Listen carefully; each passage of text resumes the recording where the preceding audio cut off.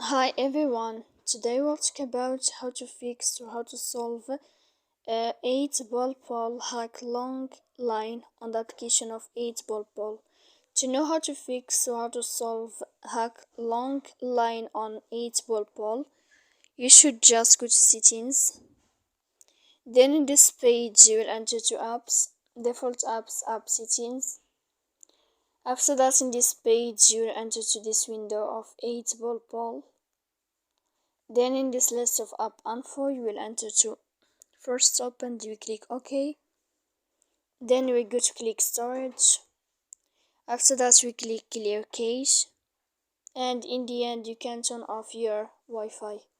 So please don't forget to support us by like and subscribe. See you next time in another video, and thank you for your attention.